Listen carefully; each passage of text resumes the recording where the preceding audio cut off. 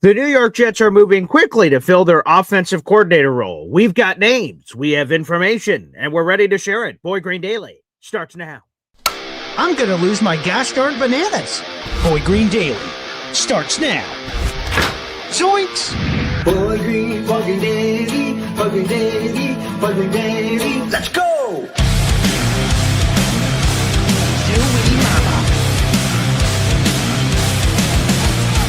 Put your seatbelts on. Get ready for the ride. We're the freaking New York Jets, so we're built for this shit.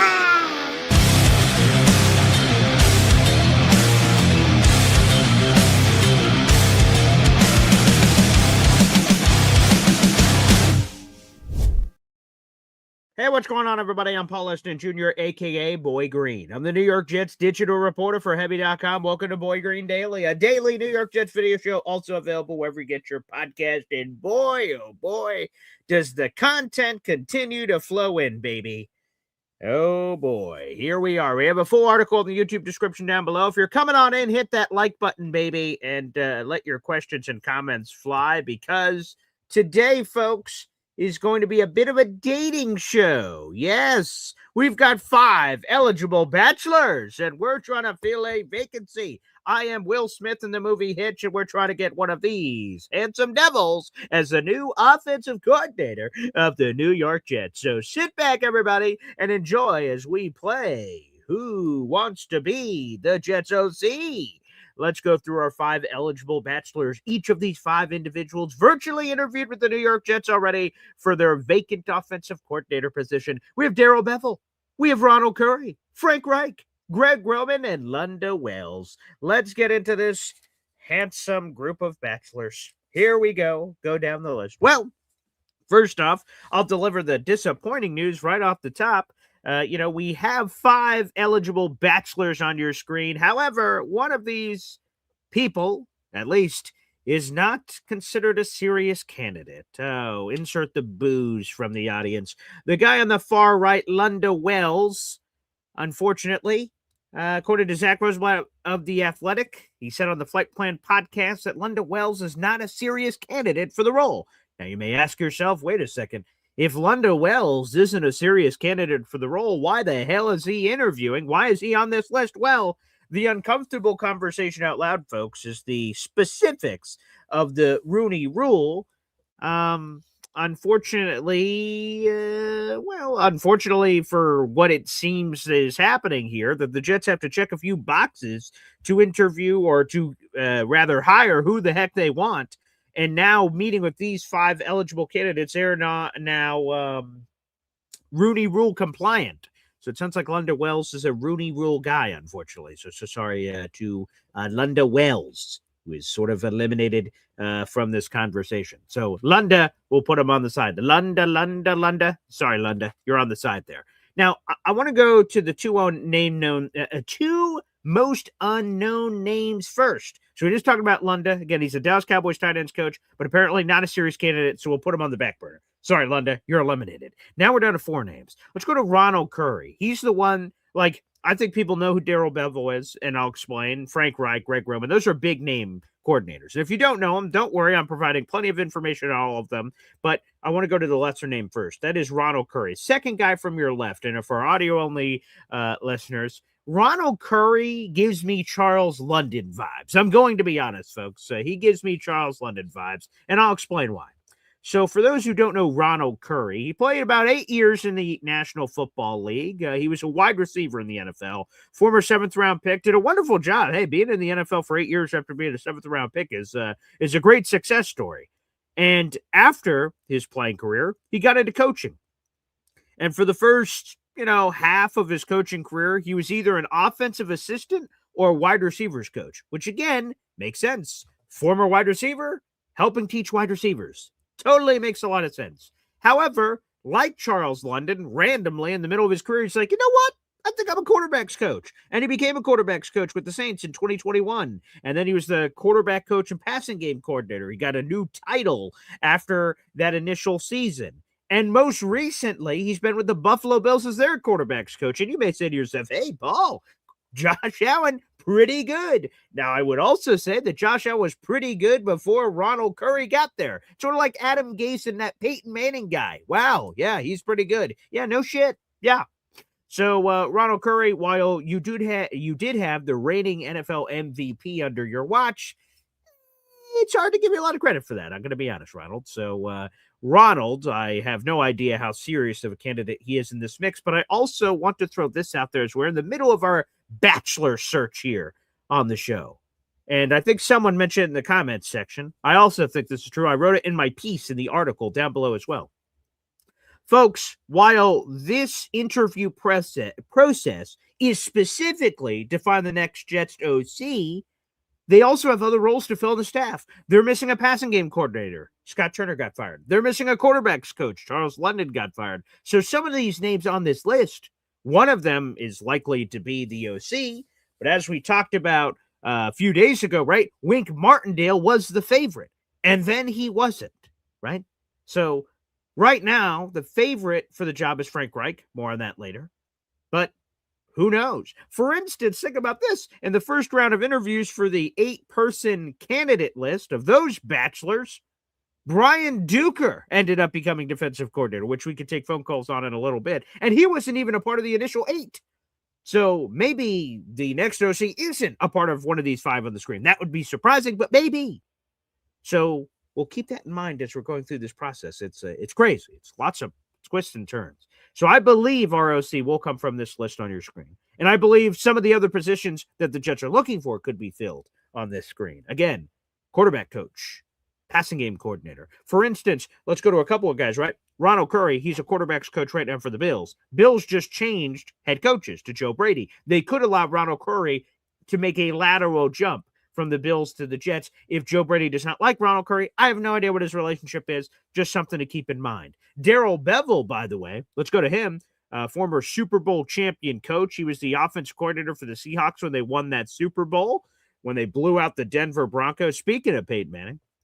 So Darrell Bevell has a Super Bowl ring on his finger. And fascinating on Darrell Bevell, over half of his career has been as an offensive coordinator at the NFL level. So this guy is super experienced. To think that this guy's been coaching football for 30 years and 15 of the 30 seasons have been as an offensive coordinator, that's pretty impressive. Darrell Bevell, a very nice resume, and he's a former quarterback himself, was an undrafted quarterback back in 1996, but quickly realized that the NFL in terms of playing wasn't for him, so he immediately got into coaching, and a very good decision. He's had a very long career, but he's been the offense coordinator of the Vikings. He's been the offense coordinator of the Seahawks. That's when he won a Super Bowl. He's been the offense coordinator of the Lions. He's been the offensive coordinator of the Jaguars. He's also been an interim head coach twice. So if things go south for Aaron Glenn and Darrell Bevell joins the group, he could be an interim head coach for a 3rd time. That might be a record or something, man. I don't even know. But Darrell Bevell most recently has been with the Miami Dolphins. He's been their quarterbacks coach and passing game coordinator since 2022. So a lot of AFC East inner stuff going on here, folks. A lot of inner AFC East happening here. Okay, so Darrell Bevell on this list, super experienced guy. Again, he's won a Super Bowl as an offensive coordinator, super experienced guy. Let's go to Greg Roman. I did so. Now, a lot of people should know Greg Roman. I don't want to just assume, we have all kinds of football fans in here. But Greg Roman has been coaching football a little bit longer than Bevell. He's been coaching football for 31 years. And the interesting thing about Roman is he got an immediate jump to the NFL level. He has been, in his 31 years of coaching, 28 of his 31 years are at the NFL level. So he had a weird 3-year sabbatical, like in the middle of his journey, where he did a little bit of this prep school and college, and then he was in the NFL for the rest. And here's another interesting fact about Greg Roman. 14 of his 31 seasons have been spent with a Harbaugh.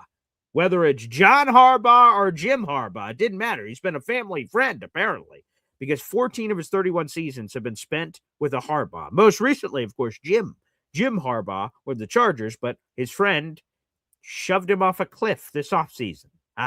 No more Harbaugh. And as far as we know, he has not been hired by the other Harbaugh in New York, although they're looking for an offense coordinator, so maybe that Greg Roman could go back to another Harbaugh. I don't know. But the point is that Roman, super experienced guy, has been around a lot of Harbaugh action at the NFL level, so that's a big name.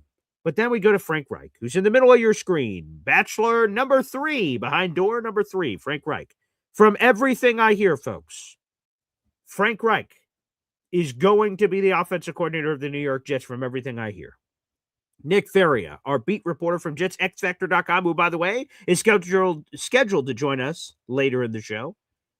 He told me, quote, we did an interview with him yesterday on the MC Show digital channel.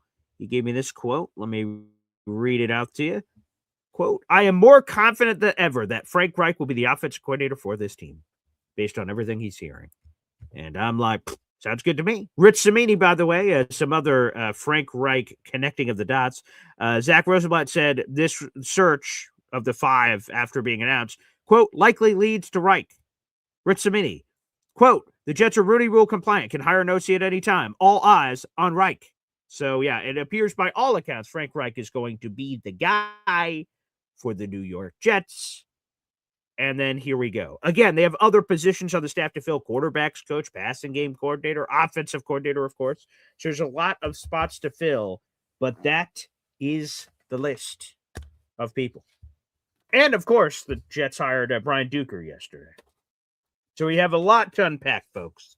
A lot to unpack.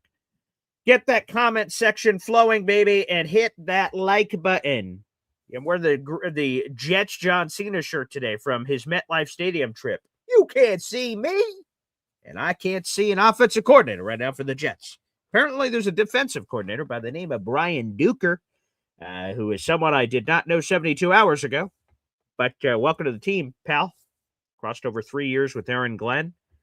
And so, yeah, this is an interesting coaching staff. Yes, it is. Whoa! Dirty Coots saying ECW for life. John Cena sucks. Where's the, let's go Cena. Cena sucks. Let's get some good chanting from the audience. We got Royal Rumble coming up on Saturday, baby. Big wrestling guy. So shout out to all you out there in the audience. We have 100 people in the room. Make sure you guys, like I said, like the video here on YouTube. I appreciate it. Also, get those raffle tickets in, folks. Running out of time. We only have a few more days left in our raffle ticket prizes. By the way, 22 likes and 100 people in the room. Come on now. Like the gosh darn video. That helps get this Jet show in front of other Jet fans out in the audience. So please, folks, hit that like button on the screen. It is free to do. And let's show you guys our raffle prizes for this month. Let's get this in here. Like I said, we'll also be joined in a little bit by beat reporter Nick Faria of JetsXFactor.com to give us all the latest. Before I do that, my boy Nanga Iboko, baby, is jumping on the train by gifting a Boy Green Coffee Club membership. Let's bleep and go. What I'm talking about. That membership went to Acknowledge NYJ. Acknowledge our tribal chief. Hey now. Throw it up. Nangi Boko, that is a raffle ticket towards our contest. And our contest includes these fabulous prizes. See, we've got a bachelor show and prizes to give away. This is the complete ultimate Jet show out in the audience, baby. We have that Jets Mint flip coin. It does come with a certificate of authenticity for the National Football League. It's a real deal, folks. It's got a beautiful Jets logo on it. It's a wonderful piece of jewelry. We have a brand new New York Jets polo to give. We have a brand new New York Jets rivalry hat to give out, and the Boy Green Woody tailgate package. If you missed our tailgate, we'll send you the tailgate in a box. It's terrific. Plus, we have a brand new Boy Green merch shop down below where you can buy coffee mugs and t-shirts with my face on them in cartoon caricature form, I suppose. Not really my face. It's sort of just a lichen to my face. So hopefully you like the lichen. So feel free. And those two items will be thrown on top of this pile. Shout out to Hop on Pop for donating those items to the prize pool. For those who are unaware of these raffle prizes and who the hell is Boy Green, well, I am the New York Jets digital reporter for Heavy.com. I host a daily New York Jets video show at 7:30 every friggin' morning, baby. 365 days a year. Birthdays, Christmas, bar mitzvahs, it doesn't matter. Everything is on the table. We're always doing a show, at least one, and today's a Thursday, so we're doing two shows. So we'll do a Thursday 3 o'clock show as well, talking all things New York Jets as well. So we load it up, baby, and I enjoy doing this for a living. It's an absolute treat. So phenomenal. Absolutely phenomenal. here on the program. All right, folks, let's add that. First off, let's add that raffle ticket total to our boy Nanga Iboko. We keep track of that behind the scenes. You guys can always see the scrolling ticker down below with all the latest happening there as well. And all you have to do to get involved in these raffles, I meant to explain that a second ago, is spend $3 on the channel. That's it. Super chats, super stickers, or a gift to channel membership like Nanga Iboko just did here. And you have a raffle ticket to our contest. Again, the more raffle tickets you have, the greater your odds are. By the way, Naga, that's your 15th raffle ticket of the month. Again, the more raffle tickets you have, the better your odds are of winning it. But I will tell you, people have won it with one raffle ticket before, so good luck to the audience. You just want a chance, and then on February 1st, the first of every month, we'll spin a virtual wheel, and wherever it lands is where it lands. It's up to the gods, baby. It's up to the gods who ends up winning any of these things. So we can keep that in mind as we go through this process. But keep those memberships and super chats flowing, folks. Much appreciated. We'll also open up the phone lines here in a little bit, and we'll be joined by a special guest. We're supposed to have two guests on the show today. Unfortunately, weather, which, by the way, I just took a peek outside my house. I live up here in New York, in Oswego, New York, and it is pounding. So I got to carve myself out yesterday to take my daughter to the movies, and we saw Zootopia 2 for anyone that wants to see that. That's quite a movie. Good cast. Anywho, I was able to get out last night through all the snow. We get down to the movie theater, right down the street, come back. And then this morning, I'm like, let me take a peek out at everything. And my car's freaking buried under a foot of snow. And it is pounding snow out there. We just got a weather advisory. Oh, boy. Yeah, they did. Oof. We are getting whacked with winter. So hopefully you guys out in the audience, by the way, are doing okay with the weather situation here. Hopefully that is indeed the case. That you guys are doing okay. So I hope you guys are. Okay, appreciate it. All right. But thank you, Nagi Boko. Appreciate that as well. So you got another raffle ticket to the contest. Excellent. All right, let's keep our train rolling here. Hey, Chef Kevin Gilbert with the super chat. Every time I get a super chat, we hear from my daughter, Zariah Luna. Yes. Wow. Chef Kevin Gilbert. Good morning, Boy Green. I think I missed your short with you dancing up and down with AG's great DC hire. Please tell me how great of a move this is and how happy are you? You did miss it because I didn't have a video out celebrating Brian Duker. And see, this should go to the audience. It just says, oh, Boy Green tries to sell us everything. He just has green colored glasses on. Everything the Jets do is great. See, this is an example of why that's not true. People say that about, I get accused that all the time. Am I an optimistic guy? Yes. Am I a positive guy? Yes. I don't know why that makes people so angry out in the audience, because I know there's a lot of Jet fans that are miserable. And when anyone brings positivity or light to the room, they're like, who the hell is this guy? Screw this guy. All right. And I don't need to be liked by everybody. That's fine. You know, you can take it or leave it. Most people do leave it. But just to tell you, I get accused all the time on social media, on other shows. Oh my God, this guy, Jet. He doesn't, everything they do is great. It's not always true. Not everything they do is great. I've complained about free agency signings before. I've complained about coaching hires before. Adam Gase. So that's not true. But to get to your point about Brian Duker, I'm going to be honest, as I just said a few minutes ago. I'm not going to pretend that I knew this guy 72 hours ago. When the Jets announced, so part of my job, for those who don't know, is I am the New York Jets digital reporter for Heavy.com. And basically, that funky title just means I cover the Jets every single day. I have alerts set on my phone. So when information comes in, my job is to give you guys information. Because I imagine when the Jets did a virtual interview with Brian Duker, which was yesterday they hired him, and the day before they virtually interviewed him, a lot of you said, who the hell is Brian Duker? So did I. So I looked him up. I try to reach out to people. I try to get information that I can. And Brian Duker crossed over for 3 years with Aaron Glenn. And a thing to like about this is that Brian Duker slowly climbed up year by year by year. He kept getting a promotion and a promotion and a promotion under Aaron Glenn on his staff, which would seem to indicate he's a bright kid. He's 36 years of age. So he's a relatively young guy. He's been most recently in the AFC's last 2 years he spent with the Miami Dolphins on their staff in the defensive secondary. And then again, before that, he had 3 years with AG. So there's an AG connective tissue, and there's an AFC East familiarity for whatever that is worth. If you're a Jets fan, you don't know who the hell this is. I would put it this way. Aaron Glenn made a pivot in his DC search, whether it was a forced pivot or not. Because there is if any of you let me use a movie comparison. I don't know how many people in the audience have seen the movie Year One. It's got, I think it's Michael Cera, Jack Black. And in the movie, Sarah comes over to Jack Black's character and says, "I am a virgin by choice." And Jack Black responds, "Not your choice." And it's a big laugh, right? So Aaron Glenn says, "I am going to call plays by my, I'm a virgin by choice. I am going to call plays by choice." And then Jack Black could respond, "But not your choice." Like, he could have been led to pick defensive plays because he couldn't hire anybody else to do the job.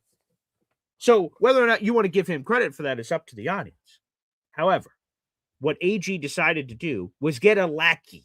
And a lackey is condescending and, not probably what Brian Duker wants to be called. But he's a lackey. He is a lieutenant, if you want a better word. He is an Aaron Glenn guy. What Aaron Glenn says, he listens to. Anyone knows The Miz in WWE? He has this line, "When my hand goes up, your mouth goes shut." When Aaron Glenn speaks, Brian Duker listens. What Aaron Glenn needed when he made this pivot is someone to shut up and do whatever he's going to say, and that person not to challenge him. He needs that person to just do any job, like, right, Chef, because, right, we're talking to Chef here with the super chat.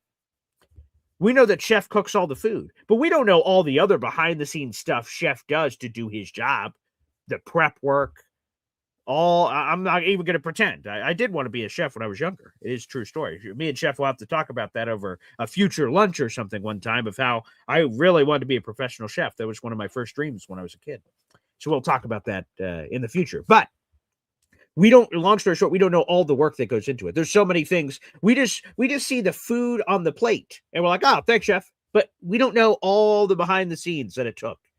So let's take that back to the NFL.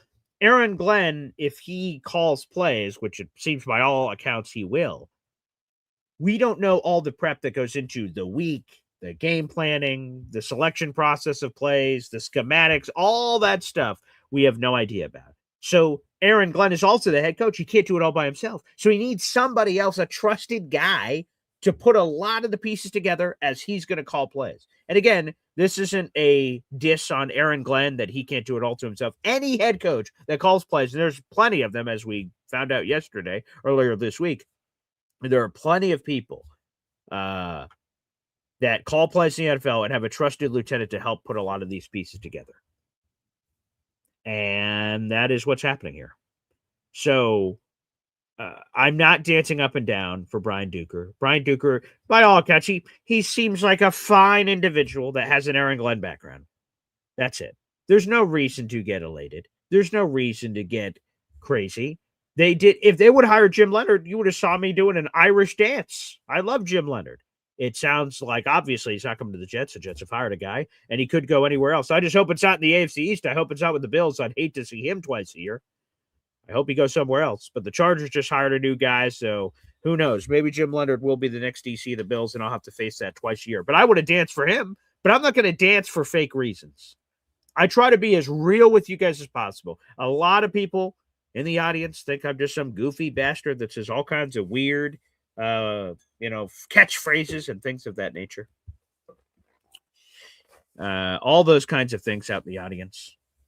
But no, I try to be as genuine as possible. And my comments, my analysis, my everything, I just try to lay it all on the line and people can enjoy it for what it is. And that's what it is. So no, I'm not dancing for Brian Duker. You did not miss that video. That video was not posted. That video was not recorded. No.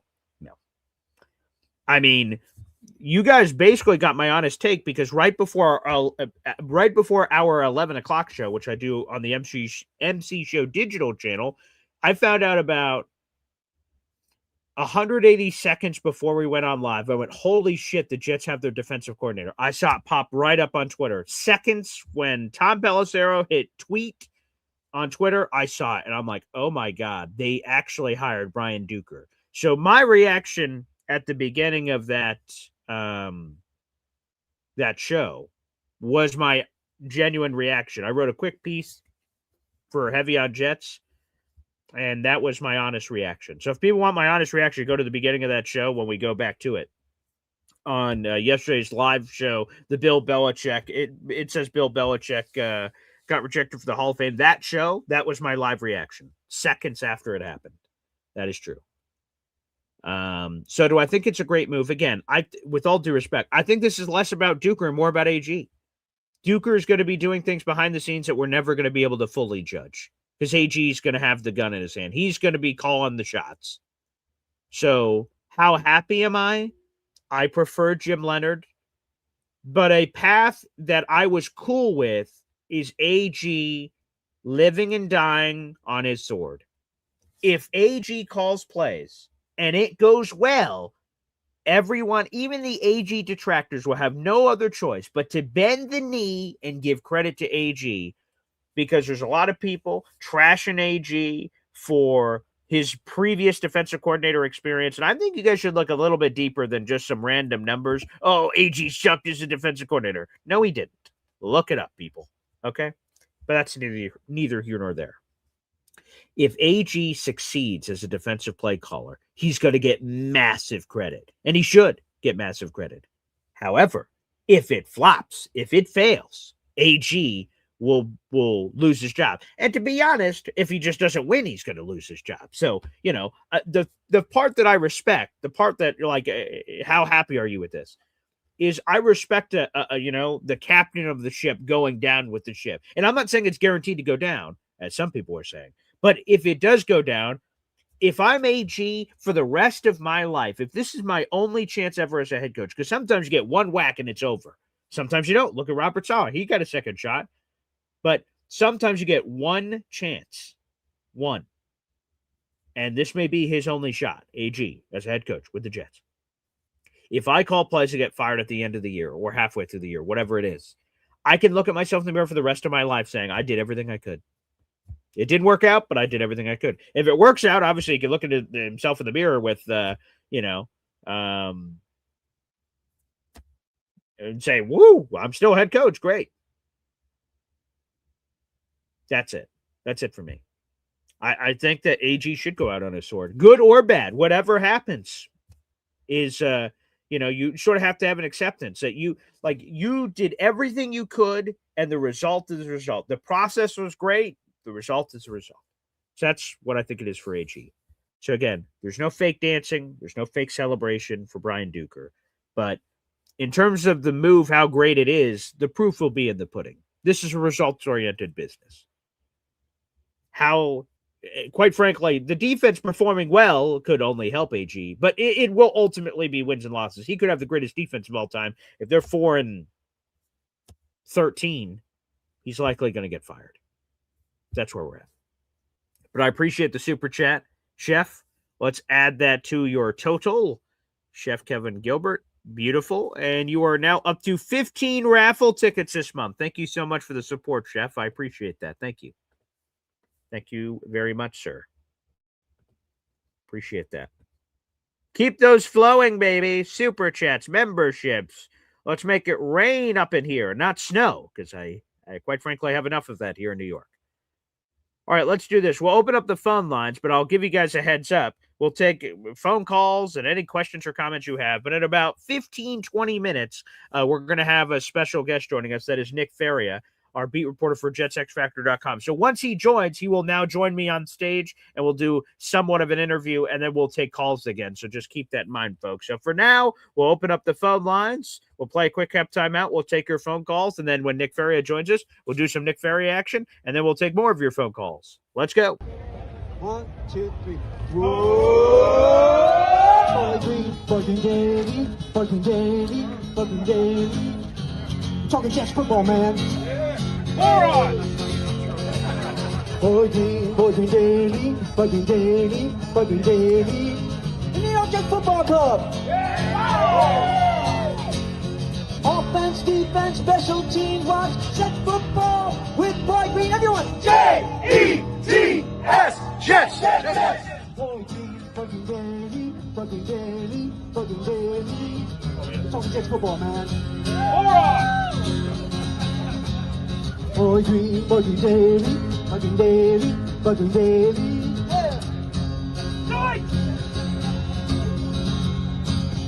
Offense, defense, special teams. Watch Jets football with Boy Green. J-E-T-S. Let's go!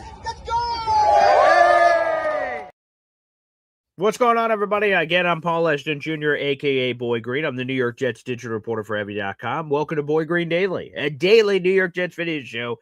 And by God, I've got a list. I've got this notebook over here. I got a list of topics. I'm like, ooh, can't wait to get to this.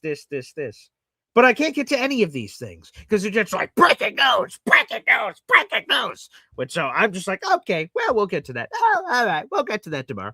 Maybe next week. So we have a lot of topics that eventually we'll get to before I'm dead. But for now, we must react to the latest breaking news happening with the green and white, and that is a defensive coordinator search that ends in the Duker era, the Duke. We've got this offensive coordinator search going on. I imagine that's going to come to a rapid conclusion here very shortly. Perhaps, what's today? Thursday? So I would imagine before the end of the weekend, we will have our next offensive coordinator. That would be my guess. That'd be my speculation. We'll see if that ends up being true. All right, let's go to the phone lines. Let's kick it off with Hep. Hey guys, hey Paul. So we got Dookie as the defensive coordinator, huh? That we do. So I'm asking you a question. What happens first next year? Does AG get fired or do we get an interception? We definitely get an interception. And here's what's going to happen. Let's just put this out in the universe now. The Jets are going to get and I can't wait to do the play-by-play. I'm so excited to do that for a second straight season now. There are going to be 2 interceptions or something immediately in the first game. And we're oh, this season's different. We're off to another plane. So I think that happens. To be honest, even on the AG thing, and I've said this a few times, and again, I guess you could never say never because anything can happen. But I'd be surprised if AG gets fired in the middle of the next year, no matter what happens. I mean, if they hire a Frank Reich, there's a clear and obvious guy to be an interim if you were to fire somebody. In some years, or when Saleh was fired, Jeff Volberg ended up being the interim, but there didn't seem to be an obvious name to just immediately go to. In this particular case, at least with Frank Reich, and if they get any other names from this list, there's a lot of big names there that could make sense. But Woody's only fired a coach mid-season once, and that was Saleh. Yeah. And even then, by all accounts, it was a terrible failure to do that, and he had never done it. So it would surprise me. Again, what if the Jets are, and I don't want to live in this world of this happening again. It'd be like Groundhog's Day. If the Jets are 0-7 or something, okay, maybe Woody's Jesus Christ, boom, fire, and he just gets emotional. Yeah. Sure, maybe at 0-7, I guess everything's on the table again, and we're back in this gosh darn whirlwind. But outside of that, hopefully AG, right? He starts off 2-1 or something. We're yes, hope. That is hope, right? Blessed be he. This is terrific. And hopefully for him, and then that calms some of that noise down. But yes, I guess the only way I could see it is if something like that happened, which then, what, 0-7, that means he has 7 games to get a pick. By God, I hope they get a pick somewhere in those 7 games, because I don't think it'd be a solid situation where after the first 5 weeks of the season, boom, AG goes. I think Woody would be more patient than that, especially with all the decisions they made. But I guess we'll see. So I'm hoping, again, they say the oblong-shaped football bouncing different ways. The Jets didn't get any interceptions this past year, so we are due for some residual to flip back the other way. You would think by the gods. We'll see if they allow it. This is a crazy time. I mean, and of all my Jet fandom over the years, the gay stuff was really crazy because he was just such a character, that guy. Right. Oh yeah. The bug eyes and stuff. He looked like he was a cocaine fiend or something. Definitely. Yeah. Yeah. And then the AG stuff is so weird because he came in so full of himself, very confident. Yeah. And it totally went the other way. Yeah. So I don't know. Oh, and this is what's killing me. Of everything that's going on, Woody has the cojones to raise ticket prices. That's crazy. If anything, you should be given a discount this year. Right. I don't. Yeah, I can't pretend to get in the minds of billionaires, but I would just think if I'm in that seat, like you know how that's going to look with your team not being like. Are you not making enough money just charging whatever you were? Are you not making money? Oh, you are making money? Then maybe that's just enough for now. If they start, right, they trade for Aaron Rodgers and ticket price go up. While it's annoying, I guess I get it because they can take Yeah, advantage. sure. Okay. But Brady Cook? Like, what the? Like, yeah. So that's, I think that's very tone deaf when things like that happen. I just, it's very disrespectful. It's very arrogant. Like, because Yeah. I would assume Woody's message to himself is this: what are you going to not come? And then he sees that people come. He's like, I guess it was the right decision. And again, I know we're not getting sellouts left and right, but like people are still going to the games. And I want to make this clear. I don't advocate for anyone to not go to the games. I just get someone, I just had like 5 people tweet at me, Paul, here's what you need to do. You need to stop talking about the Jets on Boy Green Daily. Really like What? Close shop? begging the streets for food. You think Woody's going to be like, up? Well, I guess Boy Green Daily isn't going on. We need to do something here. I was like, Yeah. no. Or like, hey, Paul, stop talking about Jets on your show and don't watch them next season. I'm like, what? Yeah. What? That'll learn Yeah, Woody. yeah, that'll show them. Yeah, okay. Yeah, I don't know. I've always felt this way. If you don't go to the game, someone else is going to the game. If I'm like, I'm going to sell my tickets. I'm selling my tickets to someone else who's then going to the game. So you guys can all fan how you want to out in the universe. I'm not one that yells for Woody to sell the team because, okay, Woody's not selling the team. And if anything happens to Woody, I keep saying I'm not going to breathe any life into the individual that says it in the comment section, but he hopes all these horrible things happen to Woody. Like Woody gets hit by a bus. By the way, if Woody gets hit by a bus, Brick Johnson is the owner. So it just stays in the family. So the people that are wishing terrible on the Johnson family, by the way, bad karma and energy to put into the universe when you have families and everything else. So I wouldn't do that if I were you or anyone else. But also, I don't want to waste my breath talking about something that is clearly not going to happen. So yeah, but yeah, it's unfortunate. I feel terrible for the fans that have season tickets and things of that nature. That's awful. I guess the only hope is if he shows up in the Epstein files or something. Right. Yeah. So, Right. Thanks, guys. Appreciate it. There he is, Hep, joining us here on the program. So yes, folks, Woody Johnson is our owner. And I would say this about Woody. I'm not some Woody defender, but Woody spends money on the free agents. Like there have been multiple times during his ownership where he's allowed whoever the regime is to go nuts. The Calvin Pace, Alan Faneca year in like 2008, where they went on a blitzkrieg free agency spending spree. C.J. Mosley, highest paid off-ball linebacker of all time, the Le'Veon Bell splash, Trumaine Johnson splash, and they haven't always worked, but Woody's been willing to give money. So, like, I know a lot of people trash Woody Johnson all the time, and you can, I won't speak to everything in his life to defend, but in terms of some of the Jet stuff, he's been a pretty patient owner. He's never one and done to coach ever in his history. That's pretty patient. Todd Bowles got 4 years. Robert Saleh was in the middle of year 4. Like Adam Gase was a disaster, so I think we all understood the 2-year thing. But he's been a pretty patient owner, not firing people left and right. He's given money for free agency. I don't know, man. I don't know. Anywho, let's go back to the phone lines. Johnny Boy's here on the program. Johnny. Yo, BG, what's going on, man? Oh boy, it's getting heated in these streets. Hey, man, the Duker era. There we go, baby. Hey, Duker of Hazard. Let's go.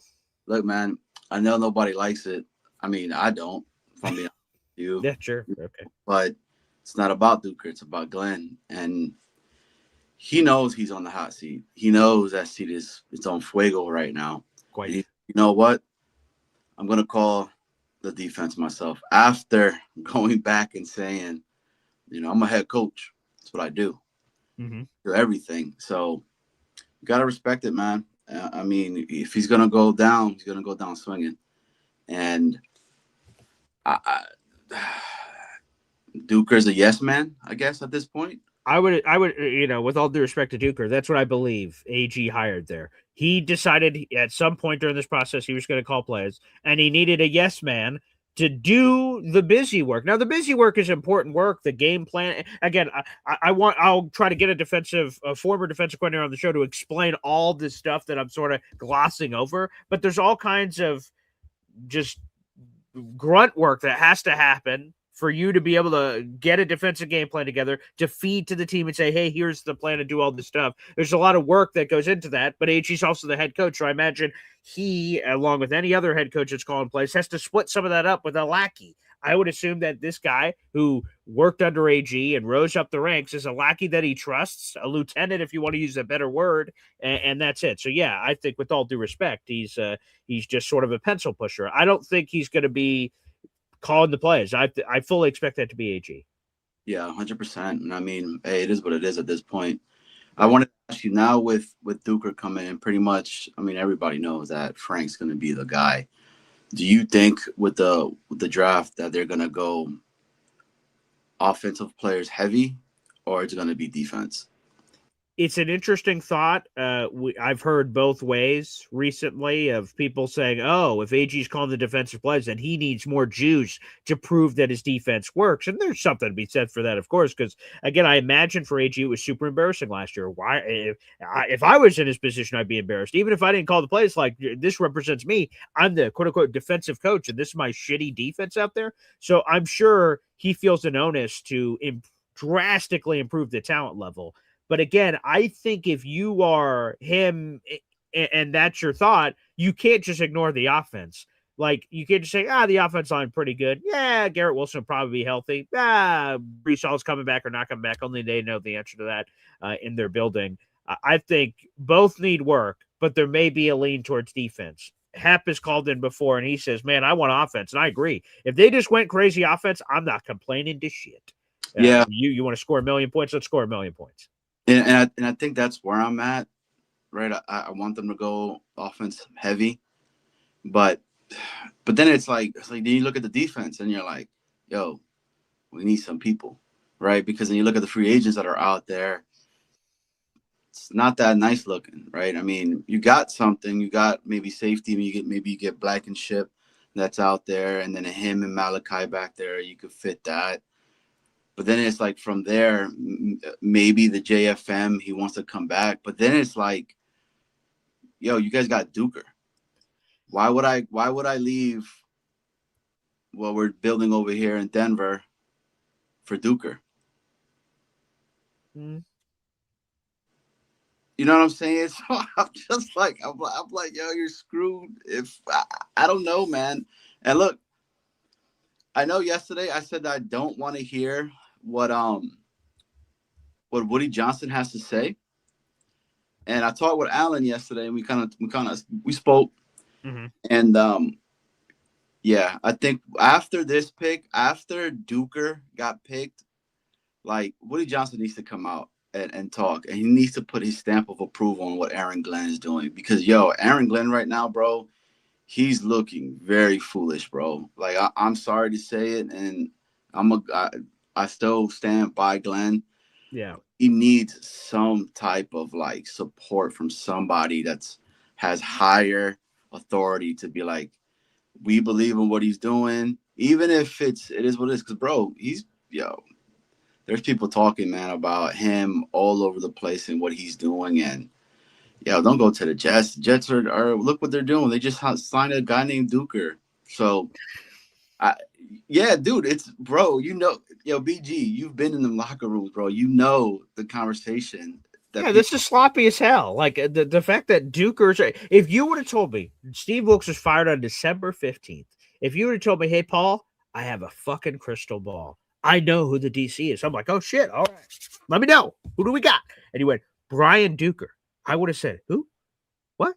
No, Brian Duker. That's his name. Brian Duker. I'm like, who the hell is that? That's what I would have said in December. So the process has been sloppy as hell to interview 8 guys, and then there's a 9th guy, and then 24 hours after the 9th guy got virtually interviewed, boom, he's the guy. You're like, what the? Huh? Who? What? Like, it just, again, it was very sloppy. But he's the guy now. All right, and then we're about to find out who this offense coordinator guy is. I imagine that's going to happen here very quickly because the Jets are now Rooney Rule compliant, and we're going to go from there. Yeah, I mean, come in, be able to control the narrative, because right now, bro, the media is going to spin this shit left and right, and you know that. because there's nobody stepping up and saying anything. It's too hush hush. Like, I get that I've said, move in silence or whatever, but when you're making moves like this and your organization is looking like it's a big pile of what right now, Yeah. you need to step in. Like, he needs to stop what he's doing with the soccer team over there in London or whatever. Yeah, something Crystal Palace or something. I'm not sure. I'm not a big soccer guy, so I don't. Yeah, that sounds like White Castle to me, bro. Right? Like a bootleg version of it. There you go. Yeah, that's right. But just he needs to get it done, man. And Glenn, yo, it is what it is, bro. Like, he's gonna fall on his sword, and he needs to. Because he's hearing it. You're hearing all the chirp that's going on. I don't know how he couldn't. Yeah. So it is what it is, and you're right. That defense over there wasn't that bad, and everything. That dude had people playing from like. We're at Walmart, stocking up the aisles and all that, and still was able to do what he was doing over there. So we'll see. But BG, when you get a chance, if you could ask Nick, and I hope Nick's doing well, just ask him, do you think they're going to go from my, ask, do you think they're going to go offense heavy or they're going to go defense heavy during the Appreciate you, BJ. Okay. Yeah, all right. Good stuff, Johnny boy. I will definitely ask Nick Faria that when he comes in. Hey, wait, Nick Faria is here, beat reporter from JetsXFactor.com. Wow, it's sort of like rubbing a magic genie lamp and boom, you came here. Nick Faria, good morning, sir. Good morning. Apologies for all the balloons. It's my wife's birthday today. Oh, congratulations. Oh, yeah, let's get a full look at this. Oh, this is beautiful. Okay, nice. Yeah, the balloons. Okay, good. Okay, so you said her birthday's today? Correct. Okay, so what are you doing for her? So her favorite dish is veal cutlets, a blue cheese sauce, some pasta, and a salad. I have not perfected it. I've come pretty close. I think I do a pretty damn good job with it. So we're going to do that. We've got a nice little flourless chocolate cake because she has celiac. And that'll be, she works. So it's very difficult on a Thursday to be able to go out and actually do something. But we have stuff planned for Saturday too.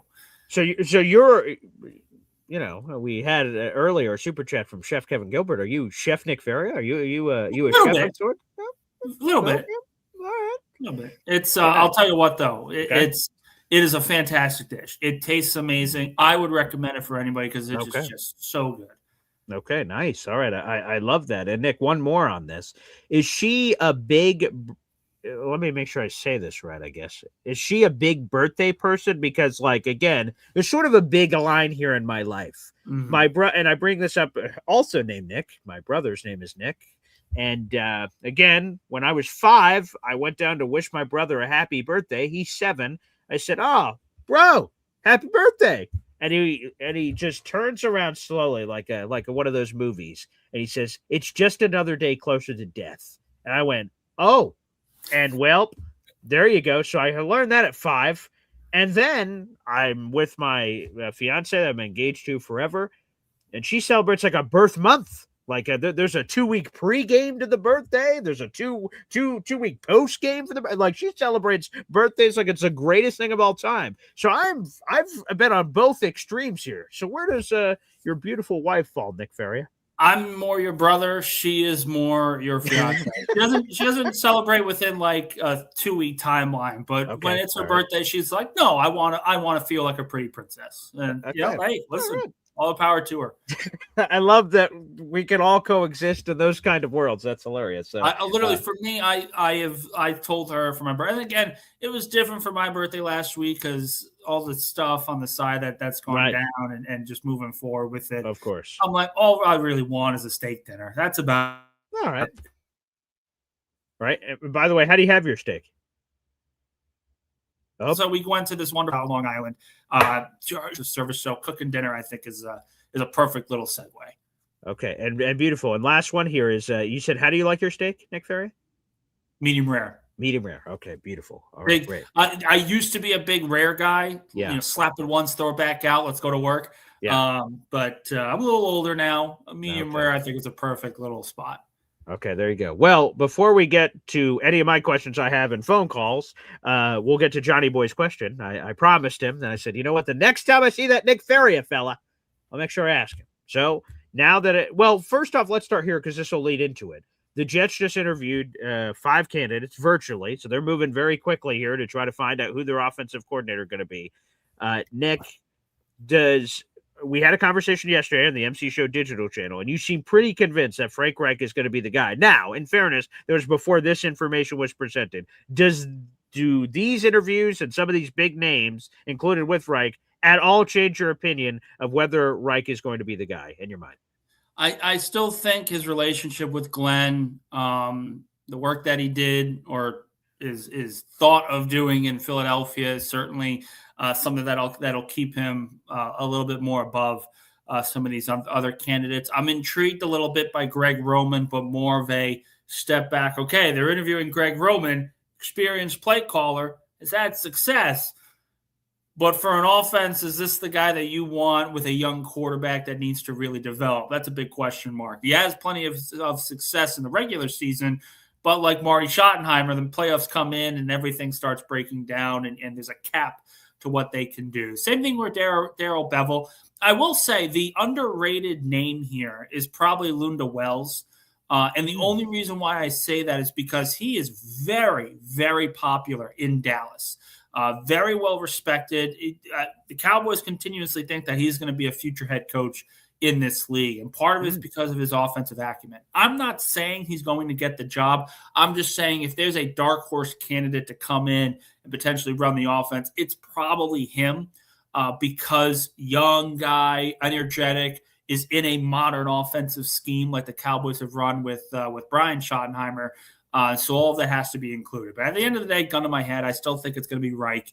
I do believe that the Jets will move on with him specifically because they believe he can take an offense and run it by himself. Roman, Bevel, these guys aren't head coaches. Frank Reich is.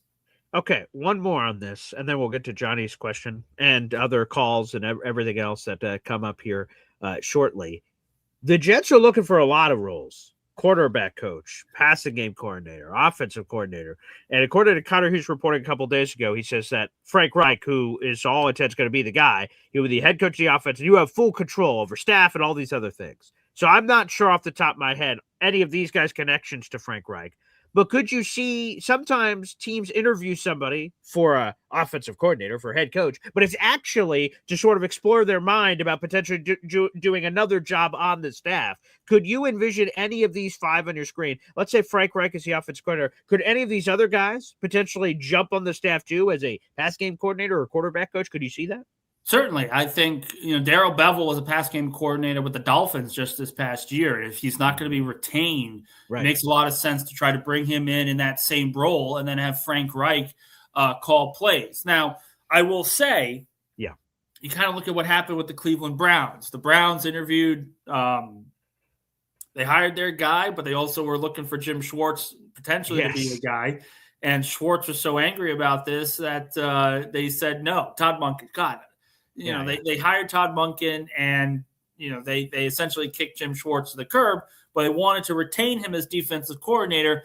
And Jim Schwartz essentially says, go screw.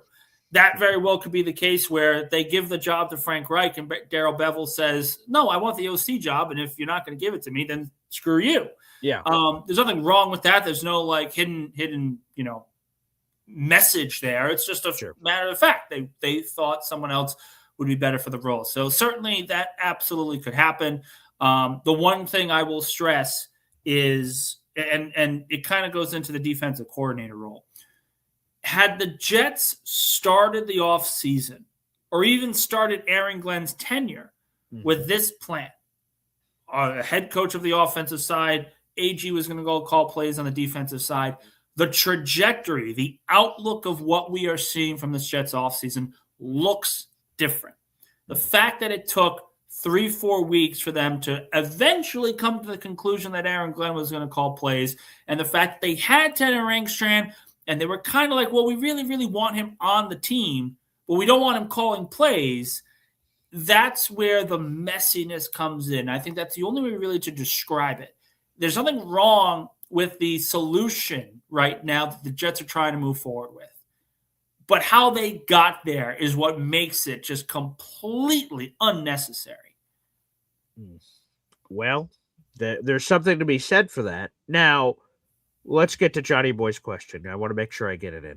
So now that AG's calling plays, he obviously, after last year, you could sort of blame Steve Wilkes. Hey, man, it was his defense. He was running it. Hey, man, here it is. Now this year, systems, sure, 100%. And now AG runs the operation. And we go to Johnny Boy's question of, do the Jets lean more defense or offense in the draft? Like, defense would make sense because AG's like, I need to get my horses improved. That if I'm calling the plays, that there's a change. Because if AG calls plays, it just looks just as shitty as Steve Wilkes. Well, things don't look great for AG. But at the same point, he also can't ignore the offense because, quarterback development and all that was a big piece of whoever the next head coach of the Jets was going to be last year. So we can't ignore that either. So do you have a lean at this point of if the Jets are projected to have like 11 picks or something? Nothing that part of the equation isn't official yet.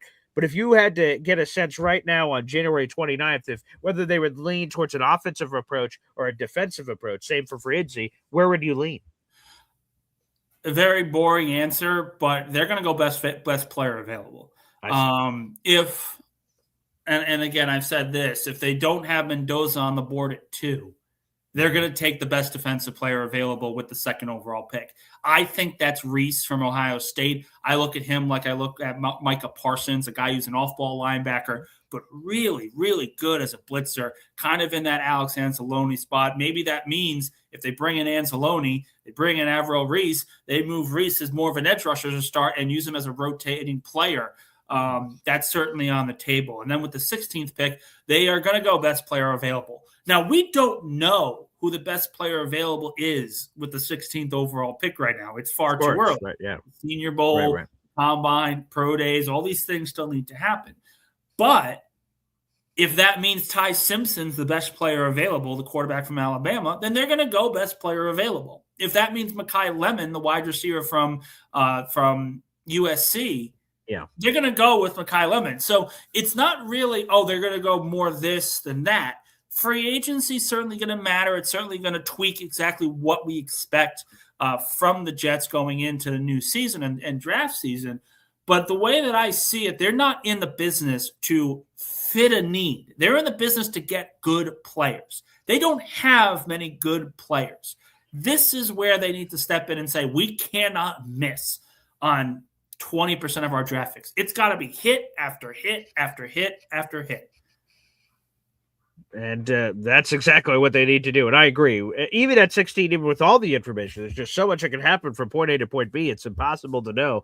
And crazy shit happens during the draft as well. So you never know that either. Again, we're speaking with Nick Ferry, our beat reporter from JetsXFactor.com. Make sure you guys like the video, hit subscribe. We have 200 plus people watching on YouTube right now. It's exciting. Make sure you guys hit that like button on this YouTube show. That helps get this Jet show in front of other Jet fans out in our audience. Only 66 likes. Yet 200 people in the room. This is getting bizarre. Come on, people. Hit that like button for God's sakes. Also, hit subscribe. We're only 3 subscribers away from 8,330 subs. Let's go to the phone lines again. That is the pinned comment on youtube.com/boygreen25. If you'd like to call in. If you're shell shy and you don't want to call in, you can send in some super chats and have some questions for Nick, and we'll answer those as well. Let's go to him. One of the most vibrant New York Jets content creators out in the universe. It is Ricky New York Live, baby.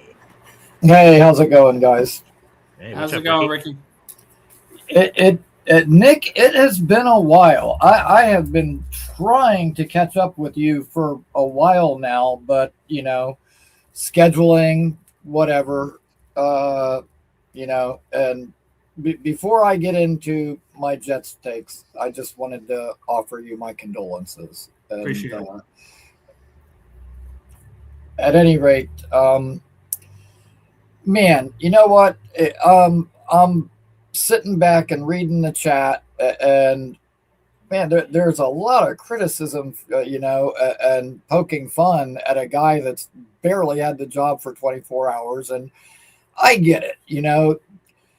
You see the name Duker and you think Dookie, there's that little part inside you that starts chuckling, that same part of you that probably still thinks fart jokes are funny. But when I see the name Duker, I'm thinking, drop the R. You got the Duke.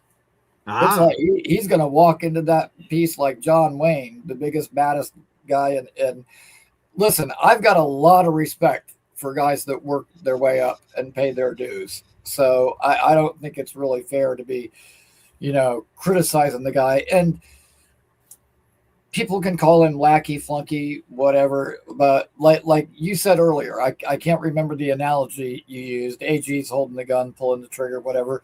Well, you know what? A sniper is only as good as his spotter. That's okay. True. Yeah. So, I'm thinking more like, AG's the general and he's a soldier, he's part of the AG army. So,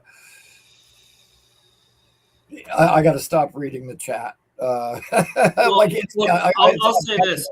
I think most of the frustration comes from the fact that, again, like I said earlier, the idea was they were going to bring in Aaron Glenn was touted as a guy that could bring in the top candidate in coordinator roles, the top assistants.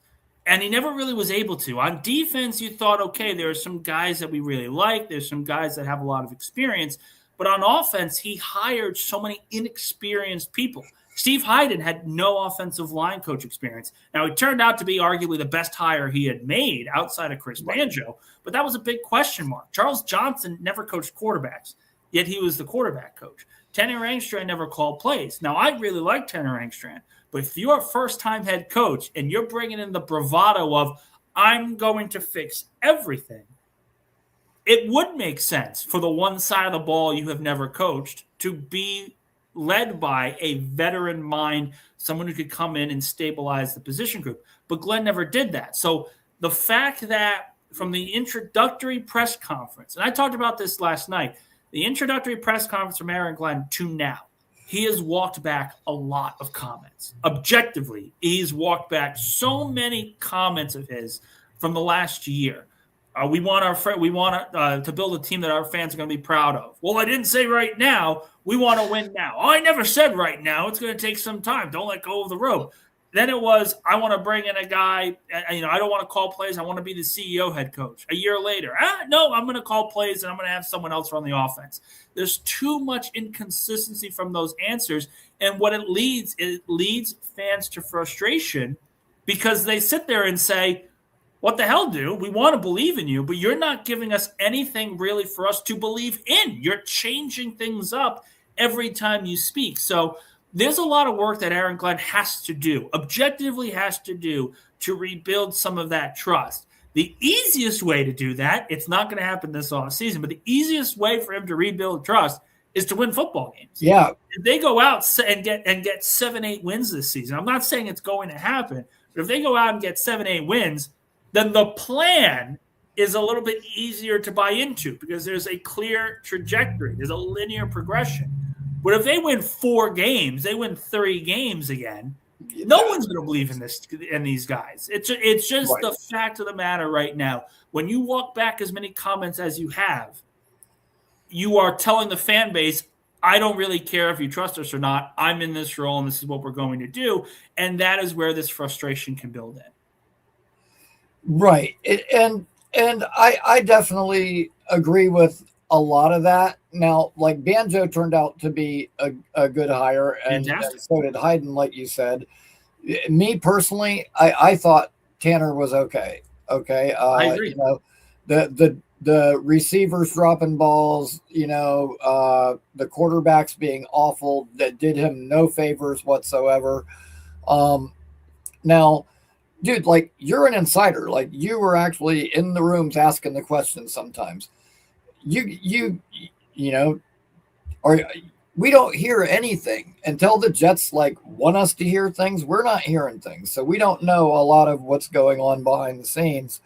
A lot of people are like, "Oh, this is such a mess. He waited to fire people and this and that," and in my mind, I'm looking at it like, I think once that disaster of a season ended, he went, okay, let's take a beat. Like everybody take a break, a short recess, and then we'll reconvene.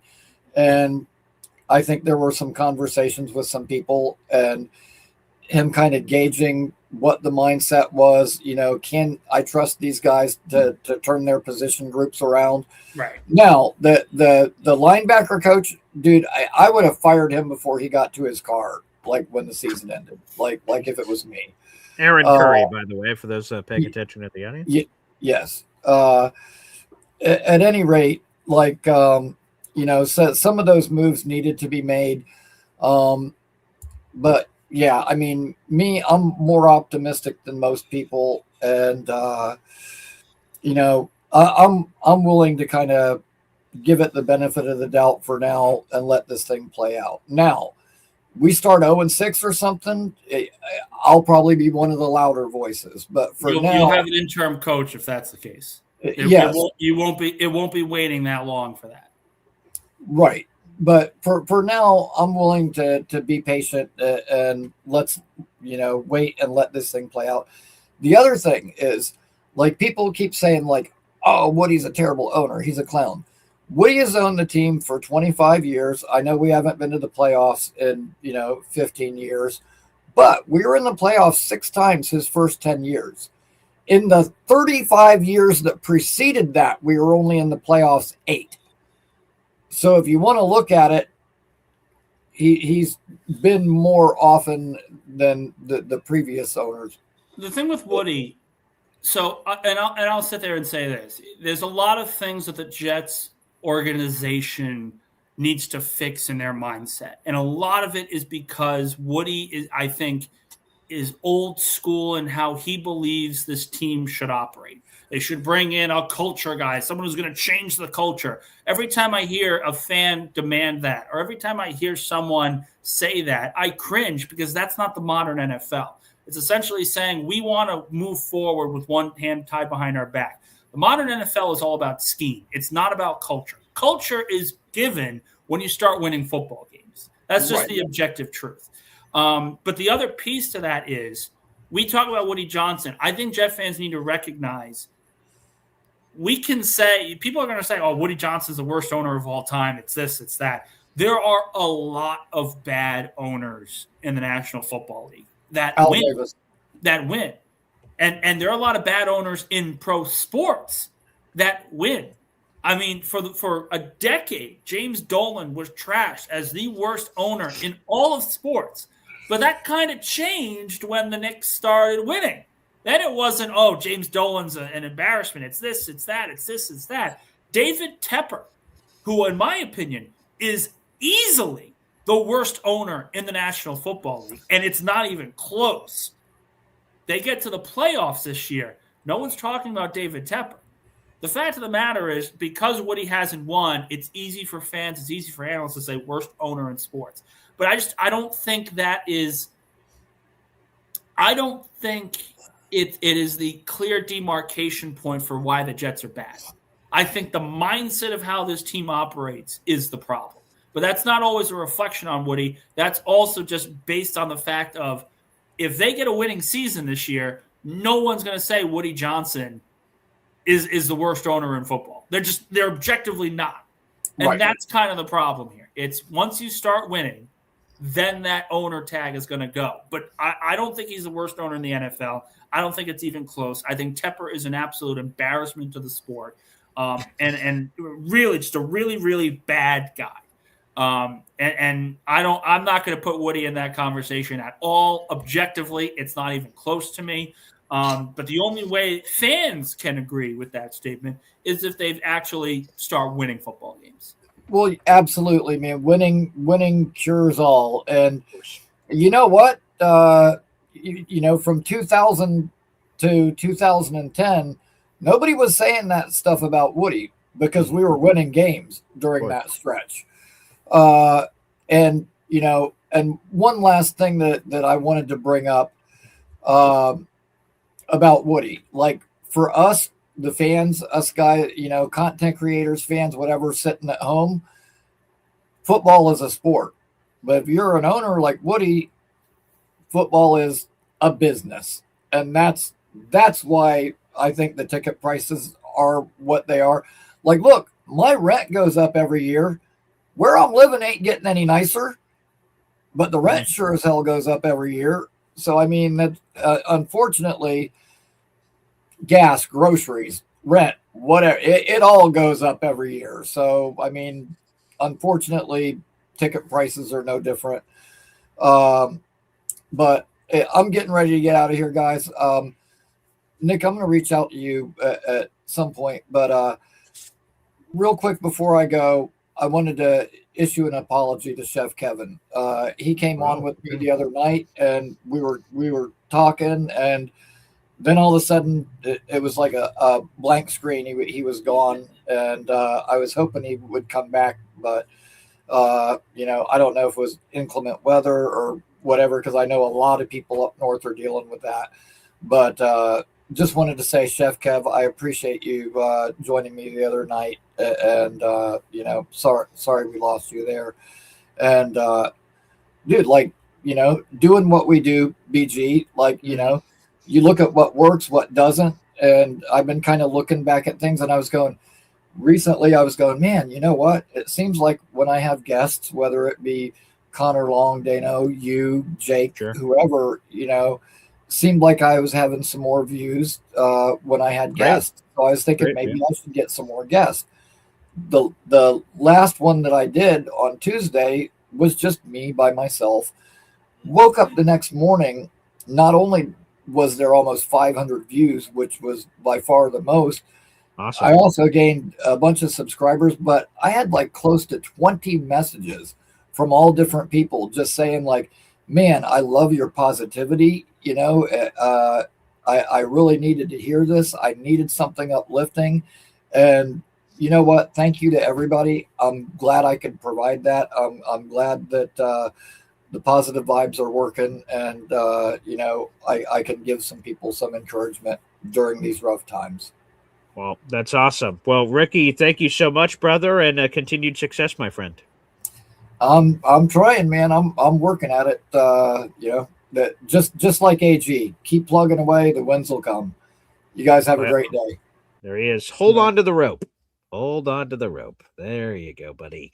I would just say real quick for anyone who's in the content creator game, of course, collabing with other people, Nick Faria's star power. I have to wear glasses, and they're transition glasses, so they sort of like the light that emits from the Nick Faria virtual box over there sometimes is blinding.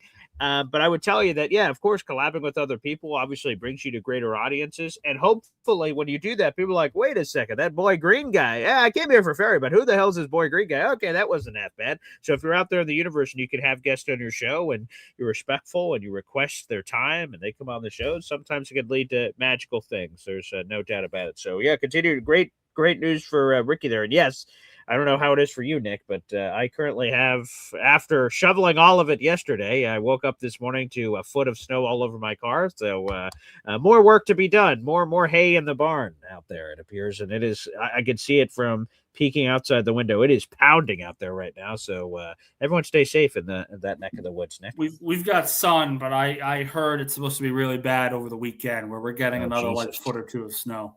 Oh my God. So, all right. Well, again, everyone, yeah, we're getting absolutely ripped up here. And we have Lake Effect snow and plus the normal bands of snow. So we get double stuff all of a sudden here in Oswego, which isn't that surprising. Nick, we'll be on here for a few more minutes here talking about some green and white and New York Jets activity. Again, shout out to everyone who's in the room. We got 500 people in the room. Like the video, hit subscribe. By the way, Faria, are you still doing football talk with Faria? Is there still some YouTube action you're building out there? Trying to get it back. I've got a new schedule right now, so we're trying to manage that. So not right now, maybe potentially in the future. Okay, good. I enjoyed those shows. So that'd be great to get that on a re-rack, which would be awesome. All right, Nick, I asked you this similar question during our MC Show digital interview yesterday. I'll ask it to you again here. And the Jets have Brian Duker. The Jets have probably Frank Reich. If that's the group, and as the Jets are about to go to war, Balake, how should Jet fans feel about it in terms of an optimism or pessimism as they head into the rest of this offseason? What would you counsel, Nick Faria? Wait, this is not the time to have an opinion or trash of a coaching decision, because it very well could work. It very well might blow up in their face. we can sit here and say, I think this is going to happen because it's the Jets. But that's not really an opinion. That is just, I'm a fan and I'm angry because my team stunk last year. Yeah. This team is going to look a lot different than they did the previous year. They've got $90 million in cap space, 4 picks in the top 50 overall selections or 60 overall selections. It's going to look different. Now, different may not be better, but it's going to look different.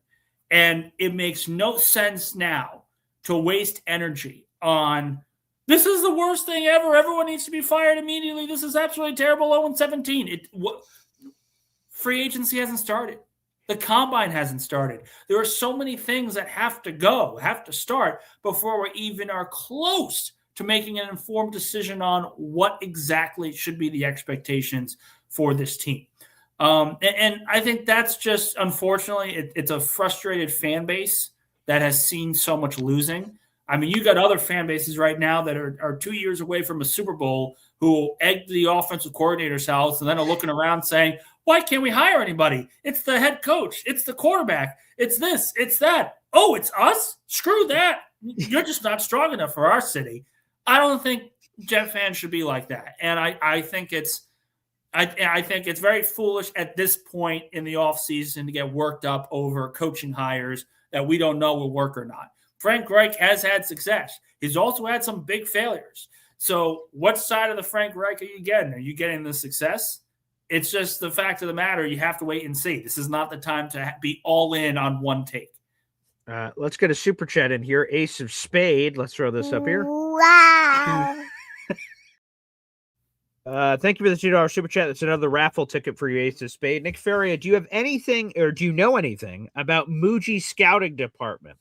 Yeah, I know Muji has done a really good job for the most part. And I will say, if there's a person in the organization that I think should be given, I don't want to say the benefit of the doubt, but at least a little bit more confidence in his role, it's Muji, because the draft, I thought the Jets did a very good job in the draft. You got a really, really good tackle with the 7th overall pick.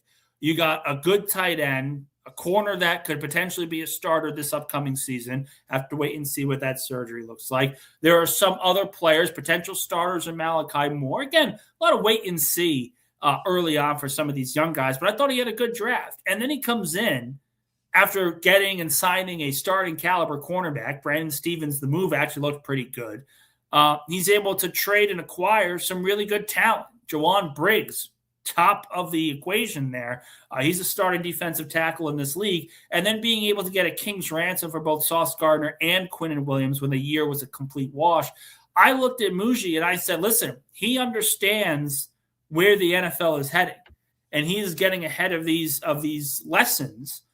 I think that his scouting department is very, very strong, and I'm excited to see what they do in the upcoming draft, because they have the resources to be, aggressive, whether it's trade up, a trade down, accumulating more picks, bringing in more players. I think there's a chance that Darren Muji has a chance to really put his stamp on this roster. That's a beautiful segue to another question. M. Villette says, what quarterback will save Aaron Glenn's job? So now with the pressure cooker on just in general, after coming off a 3-14 year, you're looking at Frank Reich, who is likely to come in. Nothing official there yet, of course. And then you start putting the pieces together. Who is the quarterback that you believe AG targets? Because there doesn't seem to be clear free agent options, which means you may have to get creative with trades or draft or both. Again, it's very early. We can predict and everything like that. I think it's probably going to end up being Kyler. If they know they aren't able to land Mendoza, it'll probably be Kyler and then a project rookie to move forward with. I think it kind of changes if they feel that they can move up to 1 or potentially just stay at 2 and get the quarterback that they want. I think that changes the trajectory of where the Jets end up going. But they're going to need a starting quarterback. And I do think that Kyler is probably going to be the best one available. And now that's not saying much, but it's just a matter of fact.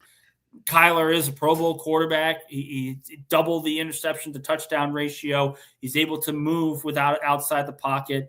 I think that's certainly an option that the Jets could go in. It's been kind of hovering there. for the last few months, like, hey, Murray's going to be available. The Jets certainly seem like a fit, and moving from there. So the way that I look at it, it's probably, I would say if they're going after a veteran, it'll be Kyler. If they can land Mendoza, whether it's a trade up, whether the Raiders, stand packed and take the non-quarterback, I think that's certainly a possibility. And then you kind of move forward with there. Nick, I was asked earlier, speaking of chefs, we talked about that earlier. Chef Kevin Gilbert sent in a super chat, and I'll bring it back up here. He said, this was earlier in the show. He said, I missed your short, Paul, because I put up YouTube shorts of you dancing up and down for Aaron Glenn hiring Brian Duker, which, of course, I did not, because I did no such dance. But I want to turn it to you, Nick, because you've been saying Kyler Murray for a hot second now, several months, in fact. If the Jets get Kyler Murray, will there be some sort of a Nick Faria dance, a victory lap of sorts, for being on it before a lot of other people? Will that happen? No. My dance is being settled for if and when the Raiders go out and shock the world and say, we are not a quarterback away. That happens. Okay. I'm just going to say, that happens. People are going to want to avoid me on Twitter. Let's just put it that way. Because I listen, love that one. Yeah. And the way that I put it is this. I'm a Jets reporter. I'm objective as they come. I'm going to give you my opinion when I think my opinion's needed. I'm going to give you the straight facts when I think they're needed as well. There's a different fan base in me that is loud and rambunctious and certainly can be a little annoying. You multiply that by 10 if Mendoza falls to the Jets at 2. Let's just put it. Oh my goodness, yeah, that's probably the better flag. Because like a lot of Jet fans hate Kyler Murray's guts, so you celebrating the fact that they got him. But again, okay, so they got Kyler. You never know how Kyler's going to play. Of course not. Offense. You don't know the receiver and whatnot. Be ready. That's all I'll say. Be ready. And again, I think the Mendoza flag is good because again, you're dancing for it because of everything you've said would make sense, and then fans, I would assume would be overwhelmed if Mendoza suddenly was a possibility when they thought it wasn't. So that could be a good news bears. That's for sure. Let's go back to the phone line. Speaking of chefs, we've got some chefery happening here. EC, what's cooking? Pancakes. What are we working on over there? Oh, pancakes. Oh, nice. What kind of pancakes? Oops, sorry. Oh, yeah, pancakes. No, we just heard you. pancakes. Yeah. Okay. Oh, it's the pancakes? instant. Yeah, it's the instant mix where you just add water, but I always put the egg and the milk in it anyway, and a little bit of oil. Does any fruit go on top of it? Or? Nah, I just got the sugar-free syrup. I probably shouldn't have it because I'm diabetic, but man does not live by eggs alone. Yeah, there you go. We only. I usually have my Western. Hey Nick, so there's gonna be no living with you if the Raiders, if the Jets get Murray. Well, there's no living with me now because if the Jets get Frank Reich, tell him, Boy Green, what I've been saying. True. So there's been two things that Easy has recently called, and one of them was Frank Reich a bunch of months ago. Easy brought it up. So he brought up two things. So he brought up that the Jets should go after Frank Reich, and then it looks like, by all accounts, that's going to happen. And the other one, he says, there's another coach out there in the universe that he would love to see represent the NYJ. By all accounts, the Jets made the call. It's Jets, Jets. I love Fireman Ed too. Apparently not enough to take the job, of course, but there you go. Yeah, well, so he was going to. He's on a bench. He wanted to be a head coach. He's not coming back for an OC job. He's not coming back for especially. Could you imagine? Did Chucky win a Super Bowl? I think he did, right? Yeah, of course he did with the Tampa Bay Buccaneers. Why is he going to take second seat to a guy who probably had epically one of the worst seasons for a first-time coach in the history of the National Football League? That's a probably guy who was a cornerback with 41 career interceptions and led a team in a 17 game season. Yeah. And was probably bottom category in every defensive thing you could come up with, including turnovers and 0 interceptions. Fucking nada. Goose egg. Yeah. That's impossible. I mean, it's pretty crazy. That's almost impossible. Yeah. Hold on, let me take this off the heat. Okay, yeah, sure. Take care of your pancakes. Well, I'm not going to cook until I'm done with the thing. But really, I think what we're doing right now is slightly better than last year, and I'll tell you why. Oh, all right. Aaron Glenn is an experienced defensive coordinator. Yeah. So the fact that he's going to be taking over a majority of the play calling and having this guy, Duke, what is it, Dookie? The Duke. Doogie? The Duke. The Duke. Yeah. And having the Duke take over and just do all the coordinator stuff. And then they're on the sidelines, they'll probably bounce ideas back and forth and stuff. And do that. Yeah, go ahead, Nick. Explain what Duker's role will be. Well, let me finish my thought though. Okay, but now instead of having the experienced defense, because originally it was the experienced defensive coach, and then he had an experienced DC who sucked, but he was an experienced DC, and then he had an inexperienced offense where you have a coach that's a defensive coach. Now, at least if we get Frank Reich, God bless. If we get Frank Reich, at least now he's got a bona fide experienced guy with quarterbacks and calling plays and was a head coach. Right. So I think that's going to be a lot better on the offensive side of the ball. I think that will stabilize it more. My point was, I just wish that AG wasn't in the mix at all. Right. Which it is what it is from that standpoint. But yes, go ahead, Nick. Explain Duker's role. So Duker is going to be what Frank Reich was in Philadelphia. He is going to be, with Aaron Glenn, especially the goal plays, his role is going to be the game planning process. These are the plays we think can work. This is how we can attack this particular offense, and sort of doing it and working in it in a way where it takes a little bit of the load off of Aaron Glenn from a defensive schematic standpoint and have him focusing on calling plays. That's what really. But Glenn's going to use his gut on the play-to-play calls. Right. But it's going to be based off of the game planning process that comes through from Duker. It is essentially going to be Duker's going to be sitting there saying, these are the plays that we can work with. These are the things we need to attack when we go up against this offense. These are the things we need to avoid. And Glenn's going to take all the prep, and then go in and call plays on the defense. Now, in the offseason, depending upon the free agency and the draft, would the Jets maybe hybridize the defense and go to not just a straight-up 4-3 like when Saleh was straight up, I want to rush with 4 guys on every play, and I want to have my 2 linebackers, and I want to run a nickel. That was Saleh's. But I'm saying, do you think with this Duker guy, they could maybe switch it up, go to a 3-4 on certain plays and stuff like that? Because if you ask me, our outside guys, JJ and McDonald, they're perfectly suited for rushing outside linebackers that can take turns on either side of the play and have your 3 main guys in the middle. I think we need a Haloti Nada as like a nose tackle, and then our other 2 guys, Briggs and the guy we got from the Vikings last year, Harrison Phillips. Phillips. We could use Briggs and Phillips as actual the 7. Would that be the 7 techniques on the side?